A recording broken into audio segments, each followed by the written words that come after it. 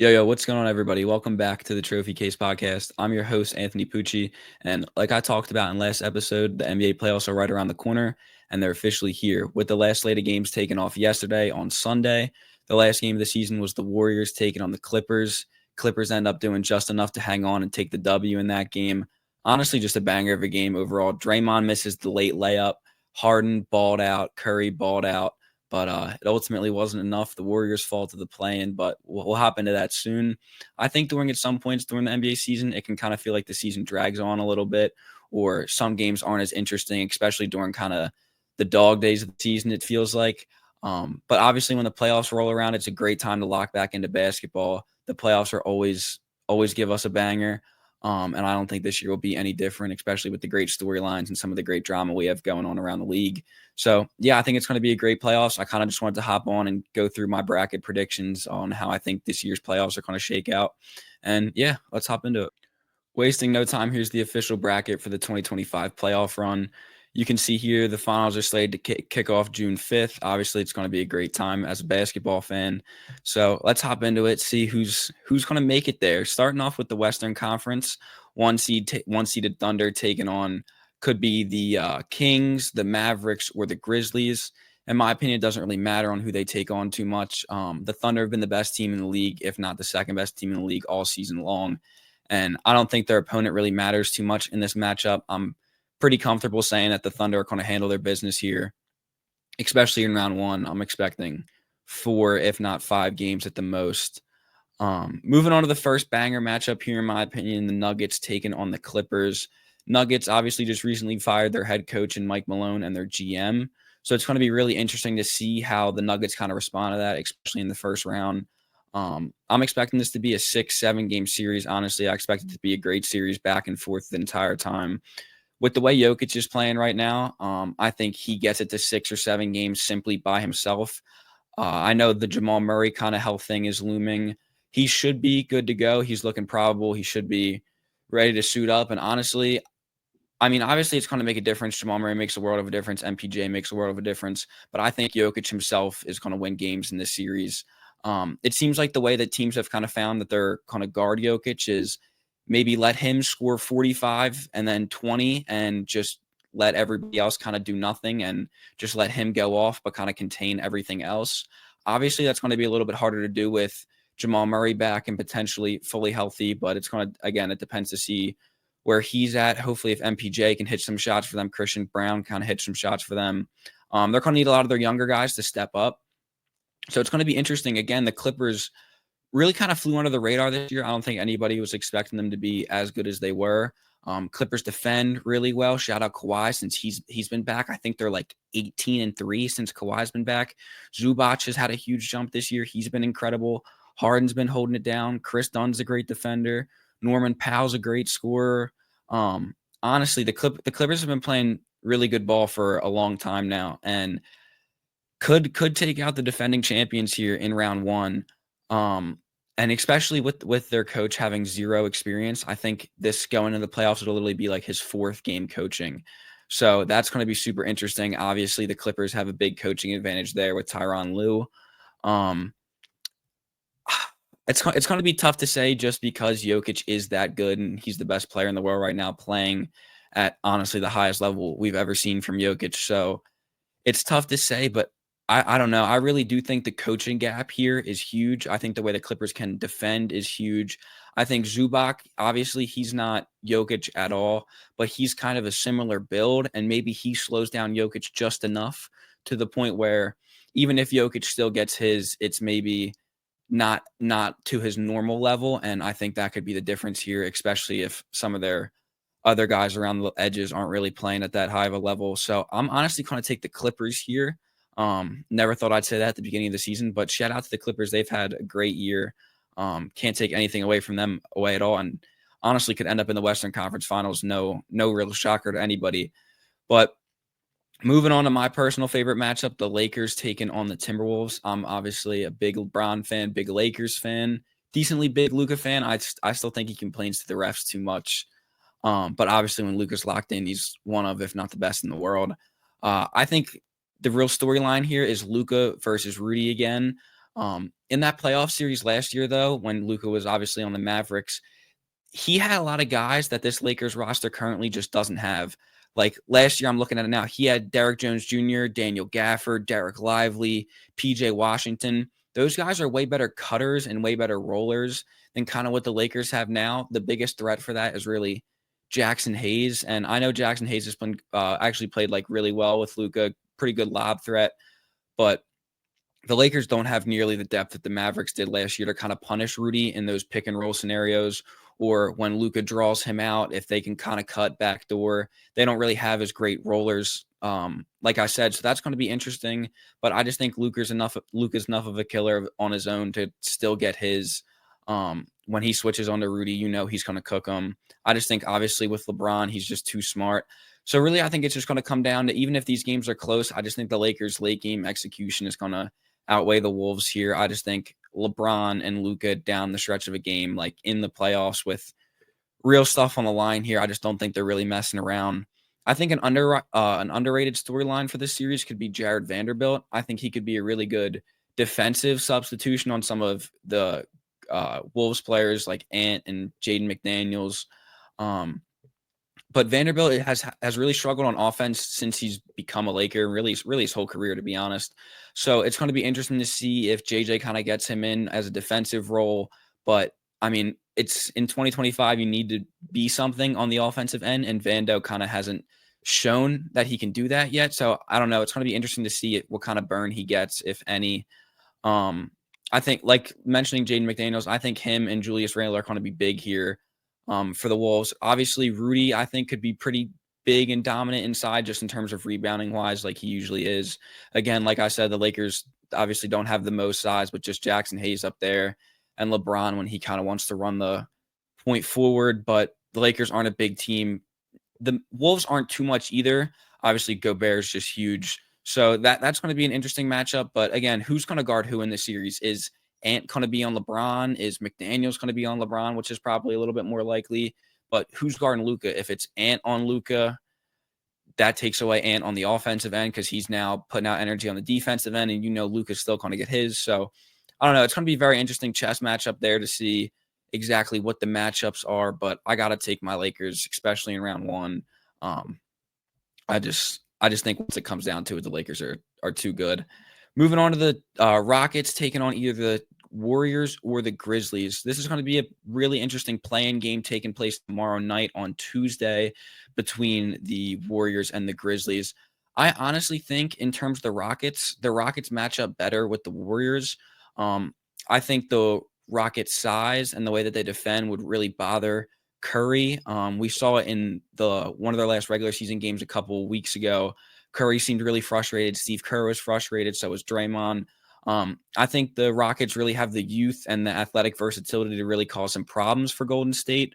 Obviously Curry, like all the greats, is going to get his, but I expect him to see a lot of blitzes. I expect them to really try to get the ball out of Curry's hands and make these other guys beat you. Like Draymond's going to have to be big. Pods is going to have to be big. Post is going to have to be big. Like, it's just, can you really trust these guys? Moody, Kuminga, obviously you trust a little bit more, but these guys are going to have to be big. And honestly, the Rockets have been flying under the radar. Nobody's really given them the credit that they deserve, but they're a legit 2 seed, especially in the first round.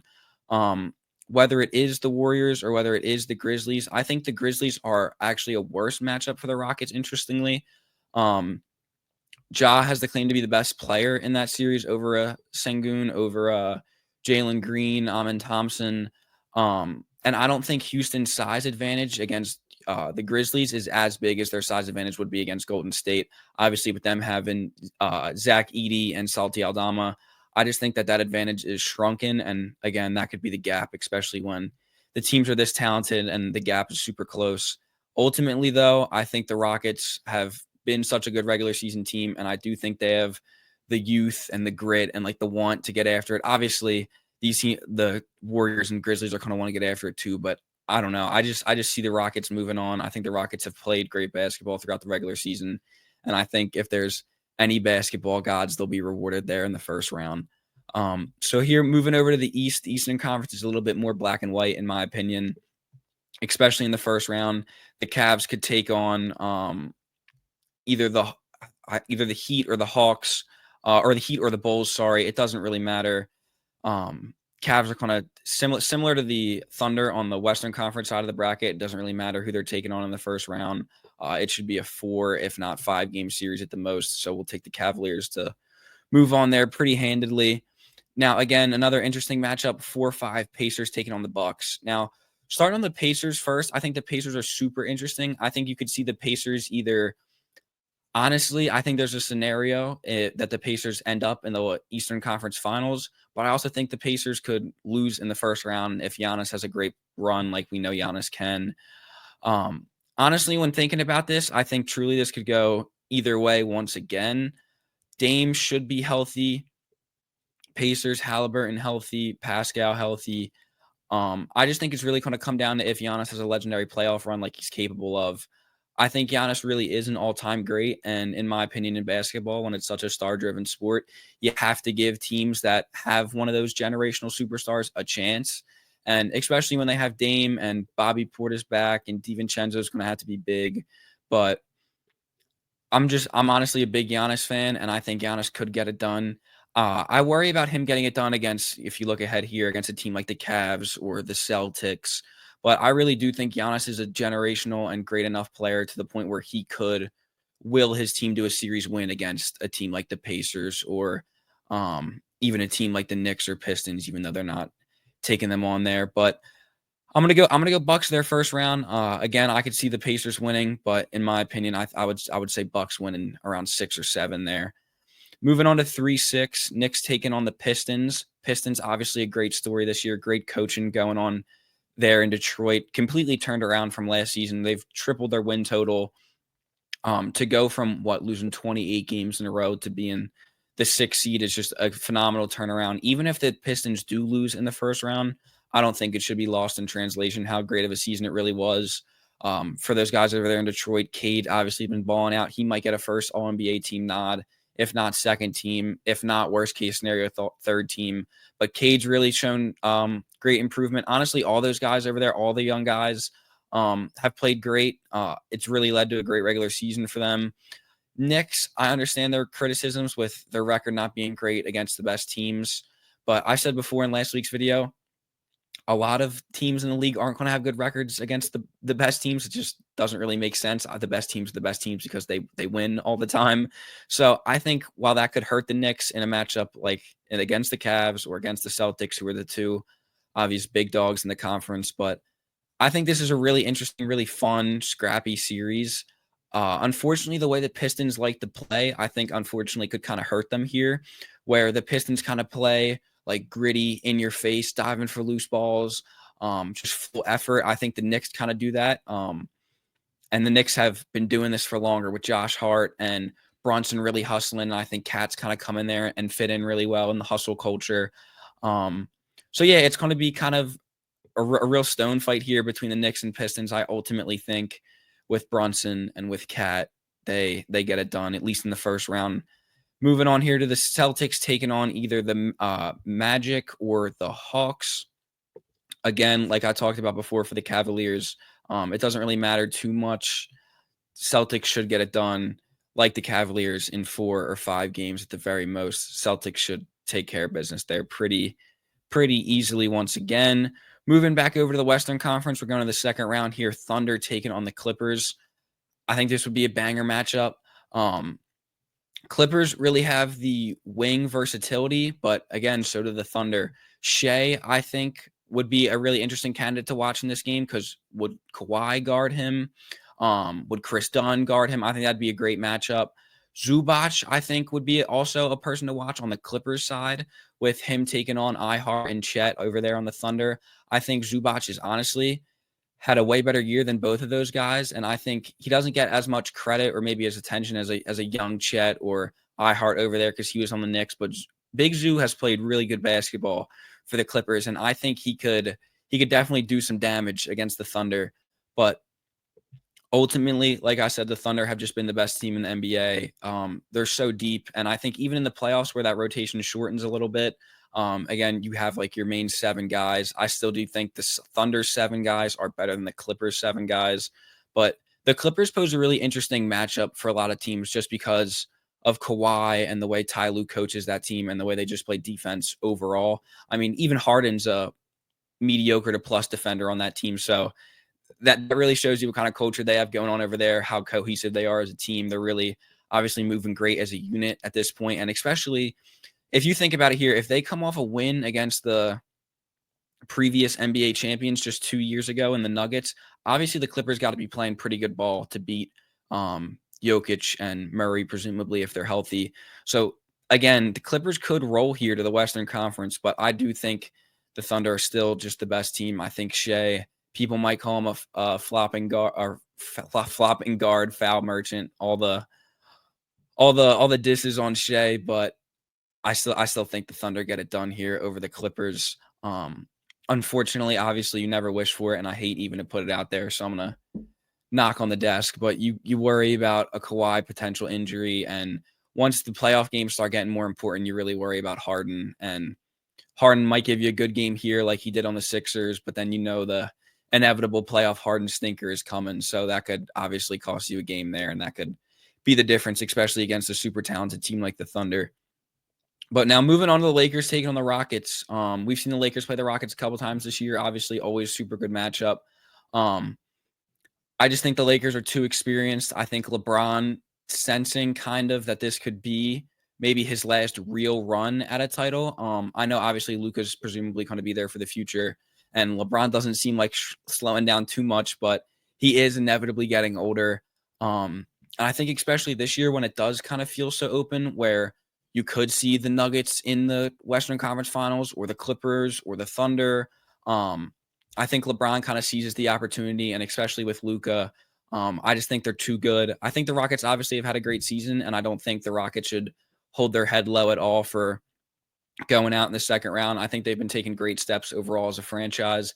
And if they just keep adding great draft picks over the next couple of years, or if they do go out there and get a potential Kevin Durant trade, obviously that would change things quite a bit. But I think ultimately the Lakers, LeBron, Luka Don, shout out. I think they just are too overwhelming for the Rockets. And the Rockets don't really have a closer. You've seen it throughout a lot of times throughout the regular season this year. They kind of don't know who it is ending games. Is it Jalen Green? Is it Sengun? Is it Thompson? So yeah, is it Dylan Brooks even at certain points? So yeah, I think the Lakers have enough to get it done there. Shaping up for a super interesting matchup there in the Western Conference Finals. But we'll get back to that. Moving back to the Eastern Conference side of the bracket, Cavs taking on the Bucks. Now, my mind tells me that obviously the Cavs are too good, and with Jared Allen and Evan Mobley, Giannis wouldn't be as damaging. But in my heart, honestly, I just think Giannis is by far the best player in the series. I know, obviously, Donovan Mitchell has had a great season. Garland's had a great season. Mobley's had a great season.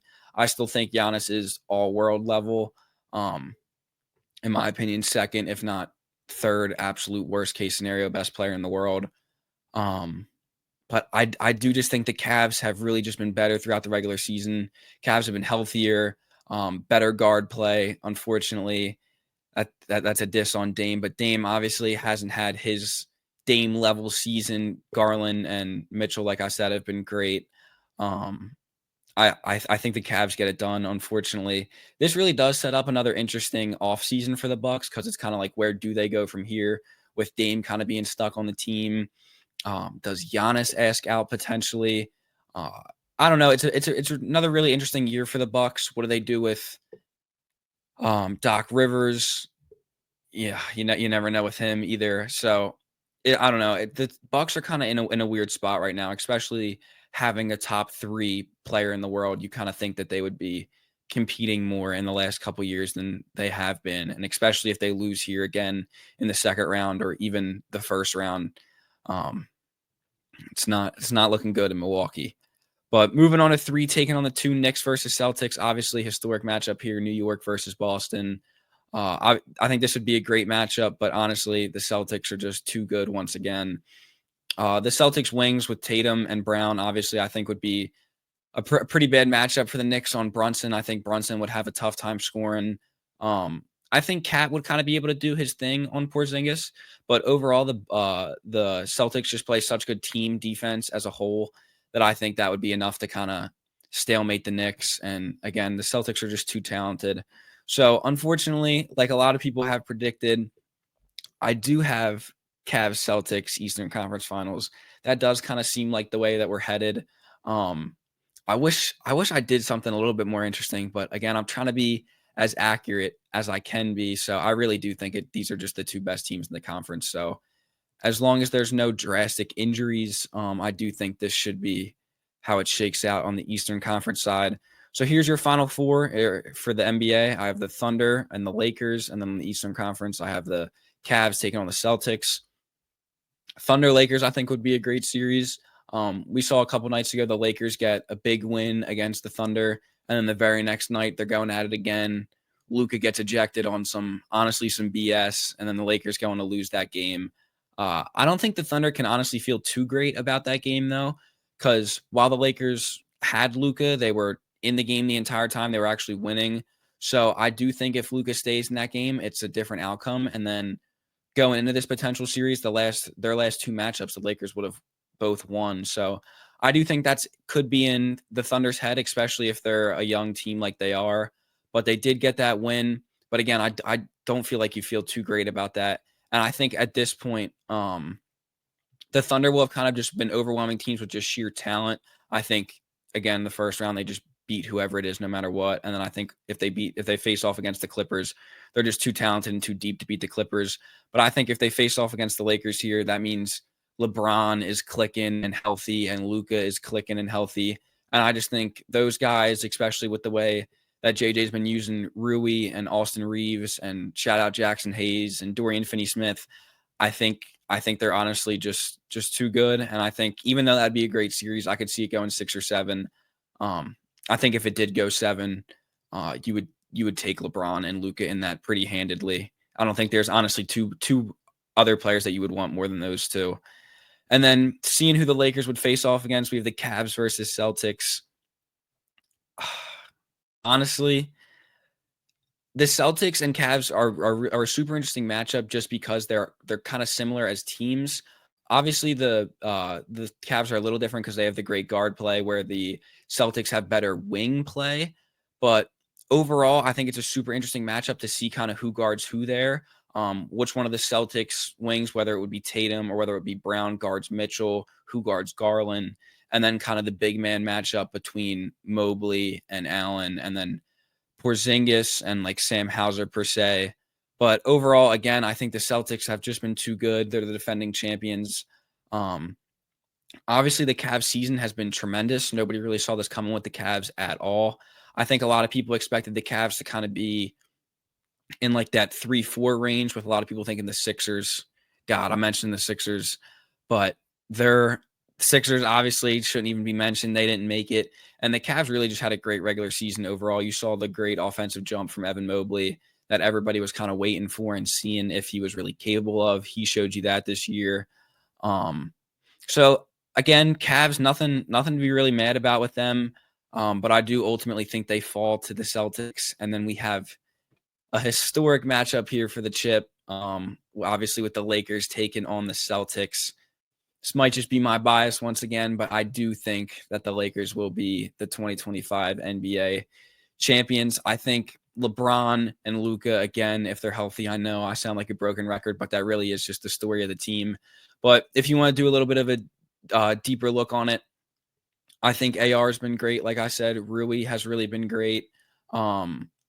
I think Jackson Hayes would kind of struggle in this series, to be honest, especially as a lob threat with just the team defense the Celtics play and with Porzingis kind of roaming around. I think it would be hard for Hayes, so that can make it harder on Luka a little bit and harder on LeBron. But like I said before, if the Lakers are in this spot, I really do think that there's nobody else you trust more than LeBron and Luka Doncic, especially with a chance at a title on the line. So here it is. Here's the full look at my bracket for this season. I honestly think it's going to be a great playoffs. No matter what really happens, we're in store for great matchups. No matter what, I do think my Lakers are going to take it home. But even if they don't, I'm excited. So here's a final look at my bracket for this playoff run. I do have the Lakers winning the chip, and this has been super fun. I kind of just wanted to hop on here and share my predictions for the NBA playoffs because, again, this is my favorite personal time of the year for basketball, especially in the NBA. So I'm excited. Games kick off tomorrow. So yeah, talk to you guys soon. Later.